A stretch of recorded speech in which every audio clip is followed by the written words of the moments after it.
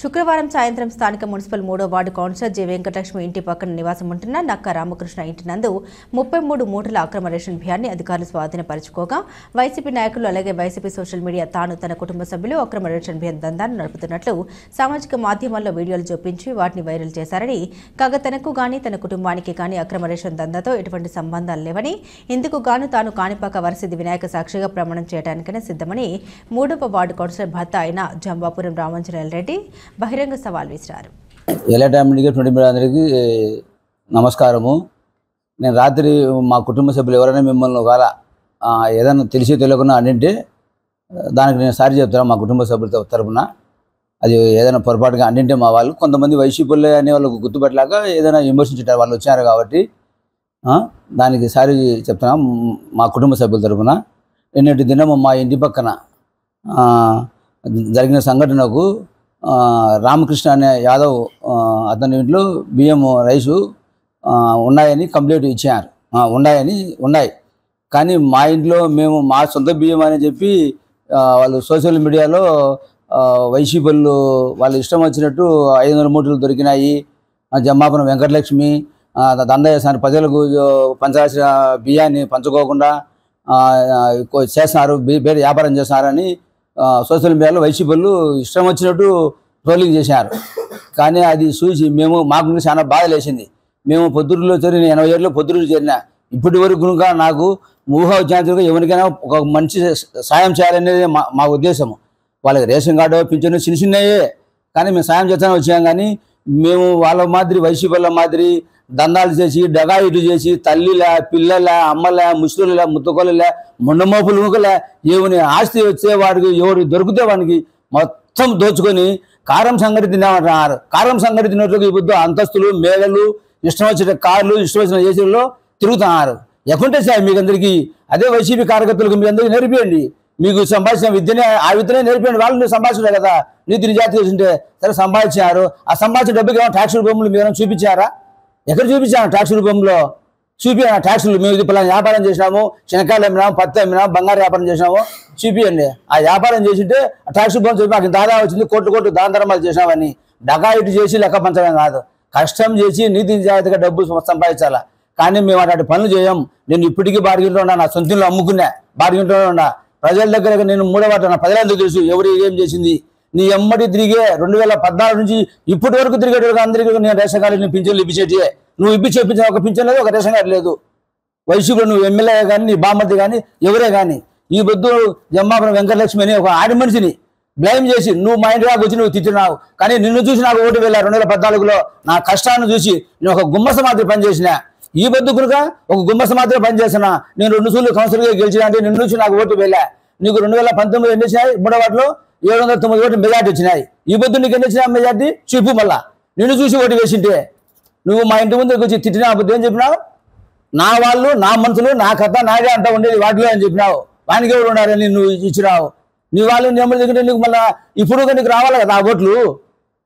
నువ్వు నాకు 1200 ఓటు మళ్ళీ నీకు రావాలి కదా. నువ్వు ఓటు వేసింది అదే 12 ఓటు వేరు బట్ మెజార్టీ నీకు రావాలి కదా. 2024లో రావాలి కదా. నీకు ఎన్ని వచ్చినా మెజార్టీ వచ్చినాయా మైనస్ వచ్చినాయా తెలుసుకోండి. కానీ మేమైతే ప్రజల సొమ్ము కేజీ స్టోరీ బియ్యం కాదు, ఇంకొకటి కాదు. ఇల్లు కడతాంటే వాళ్ళ ఫిడిషియలు పెట్టి లెక్క రావట్లేదు కాదు. అలాంటి పనులు టౌన్ ప్లానింగ్లు పంపించి లెక్క రావట్లేదు కాదు. వాటిల్లో మా వాటిల్లోనే ₹1 కోటి లెక్క రావటని అందరూ అనుకుంటున్నారు. ఈ విధంగా 2-1లో లెక్క రావట్టారని టౌన్ ప్లానింగ్లో ₹1 కోటి లెక్క పంచాను పని. కానీ మేము ₹1 తీసుకున్నాను. నా సొంత వాటిలో నేను ₹1 దగ్గర లెక్క తగ్గలేను అబ్బ వాటిలో. కానీ అట్లాంటి ఆలోచనలు అట్లాంటి డకాయిటి పనులు నీచమైన సంస్కృతి సంస్కారం అనేది అంటే మీకే, అది మాకు మాత్రం ఎవరికి లేదు. నీతి నిజాయితీ పరుడైనటువంటి నంద్యాల వదలారెడ్డి నాయకత్వంలో పనిచేసాక నేను మీ వైసీపీ పార్టీలో చేరినా. మీ విద్యలు మీ అరాచకాలను నాకు నచ్చకనే నేను ఆయన పార్టీలో చేరినా. ఆయన నీతి నిజాయితీ పరుడే, ఎప్పటికైనా నీతి నిజాయితీ పరుడే.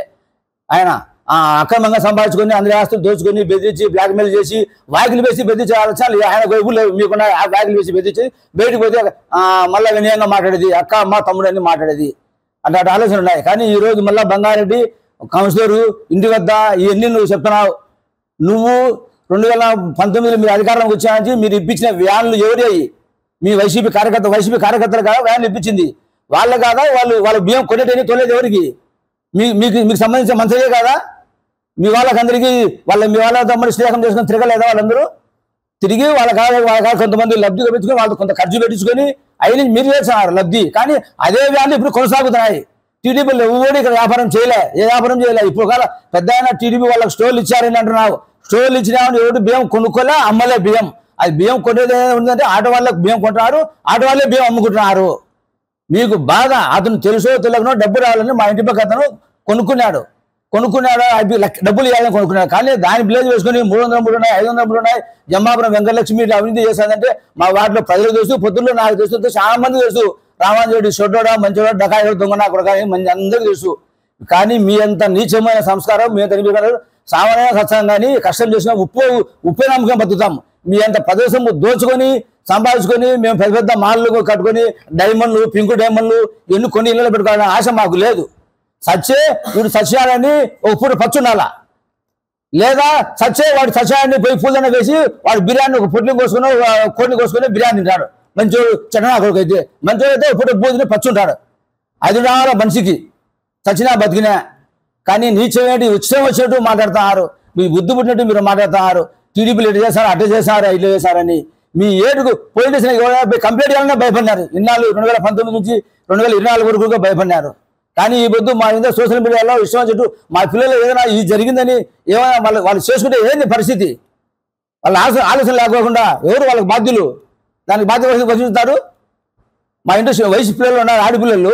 వాళ్ళు ఏదైనా ఇటు మా తల్లిదండ్రులు వస్తుందని వాళ్ళు ఏదైనా ఆత్మహత్యలు చేసుకుంటే ఎవరు బాధ్యత వహిస్తారు? దీనికి బాధ్యత వహిస్తారా? కానీ తప్పులు పనులు చేసేదానికి నీచమైన సంస్కృతి మీకు తప్పక ఈ పొద్దుల్లో మిమ్మల్ని చూసి ఇంకా ఎవరైనా నేర్చుకోలేరు. అది రాదు కనుక వాళ్ళకు అట్లా మీ మాదిరి చాలా ఆలోచన ఒకరు ఎవరికో రాలేదు ఇంకా. అది అటువంటి నీ సంబంధించి మీరు స్వస్తి పలికి మీరు ప్రతిపక్షంలో కూర్చోబెట్టినారు. మిమ్మల్ని ఇది చేశారు కాబట్టి మిమ్మల్ని 23-24 ఓటుతో మిమ్మల్ని పక్కన కూర్చోబెట్టినారు. మీ బుద్ధి పుట్టినట్టు వాలంటీర్లతో పింఛన్లు తీసేసాము, రేషన్ కార్డులు తీసేసాము, మీ అమ్మవాళ్ళు తీసేసాము. మీ బుద్ధి పుట్టినట్టు బ్లేమ్ చేసి బ్లాక్మెయిల్ చేసిన ప్రజలు మిమ్మల్ని తిప్పి కొట్టే మిమ్మల్ని కూర్చోబెట్టారు. నమస్కారం ప్రింట్ అండ్ ఎలక్ట్రానిక్ మీడియా వారికి. ఈరోజు బంగారెడ్డి ఒక ప్రెస్ మీట్ పెట్టడం జరిగింది. ఇసుక మీద ఇన్ని రోజుల నుంచి మేము చెప్పేది నిజం. అతనే ఒప్పుకున్నాడు మేము ట్రాక్టర్లతో ఇసుక తోలుతాండామని. ఈరోజు పత్రికా ముఖంగా కానీ ప్రింట్ అండ్ ఎలక్ట్రానిక్ మీడియా ముఖంగా కానీ ఈరోజు మేము ఇసుక తోలుతాండామని అతనే ఒప్పుకున్నాడు. ఈరోజు ఇప్పుడు దీనికి ఏం సమాధానం చెప్తావు బంగారెడ్డి? మీ బావగారైన మాజీ ఎమ్మెల్యే రాచమల్లు శివప్రసాద్ రెడ్డి అనువంతైన ఇసుక తోల్లే అని చెప్పినాడు. ఒక్క ఇసుక రేణువు తోల్లే నేను అన్నాడు. ఇప్పుడు స్వయాన మీ బామర్దే ఒప్పుకున్నాడు కదా రాచమల్లు శివప్రసాద్ రెడ్డి. స్వయాన మీ బావమర్దే ఒప్పుకున్నాడు మేము తోలినాం ఇసుక అని. దీనికి ఏం సమాధానం చెప్తావు నువ్వు? ఇసుక కాదు నువ్వు చేసింది, మాఫియా నడిపినావు ప్రొద్దుటూరులో. పత్రికా విలేకరులను భయపడేయడము, నీకు అడ్డం వస్తే చంపడము, నువ్వు ఒక వ్యవస్థనే నడిపినావు ప్రొద్దుటూరును. ఈరోజు అదే వ్యవస్థ నడుపును. పవర్ ఉంటే ఒక రకం, పవర్ లేకపోతే ఒక రకం కాదు ప్రసాద్ రెడ్డి. నడుపు, ఈరోజు వ్యవస్థ అట్నే నడుపు. పబ్లిక్లో తిరుగు, పోరాడు. 24 గంటలు ప్రజల్లోనే ఉంటాని డైలాగ్ మాటలు చెప్పినావు కదా, ఇప్పుడు చేయి. ఇక్కడ రాచమల్లు వారి రాజన్న క్యాంటీన్ అని పెట్టినావు. అది ఎప్పుడు పెడతావు నా మళ్ళా? నువ్వు ప్రజలు వెయిట్ చేస్తున్నారు నీ డబ్బుతో అన్నం తినాలని. ఎప్పుడు పెడతావు నా? స్థలమేమో మున్సిపాలిటీ తక్కువకు లీజ్ తీసుకున్నావు, నిరుపయోగంగా పెట్టినావు. వాడు కళ్యాణ మండపం కట్టాలనే. అన్నం ఎప్పుడు పెడతావో చెప్పున్నా. ఇప్పటికి నేను 2-3 సార్లు మాట్లాడినా పత్రికాముఖంగా. ఎప్పుడు పెడతావున్నా అన్నము? సరే, మా పెద్ద ఆయన గురించి మాట్లాడినావు, పెద్ద ఆయన అవినీతిపరుడు అని. పెద్ద ఆయన అవినీతిపరుడు కాదన్నా. ఈరోజు మా రామాంజనేయులు రేషన్ బియ్యం ఉందంటే ఎవరు తప్పంటే వాడిని పట్టుకుంటున్నాడు ఆయనే. మీ మాదిరి విలేకరుల ద్వారా, నీకు ముఖ్యమైన వాళ్ళ ద్వారా వ్యాపారం చేయలే ఆయన. అధికారులను భయపడించి, డీలర్లను భయపడించి అతను దందా చేయలేనా? నీ మాదిరి, మీ భావ మాదిరి. దందా చేసింటే ఎక్కడో ఉండిందో, ప్రజలు మెచ్చి అతను గెలిపించినారు. ఈరోజు నువ్వు దందాలు దోపిడీలు చేసినావు కాబట్టి ఇంట్లో పనుకున్నావు. ఇప్పటికైనా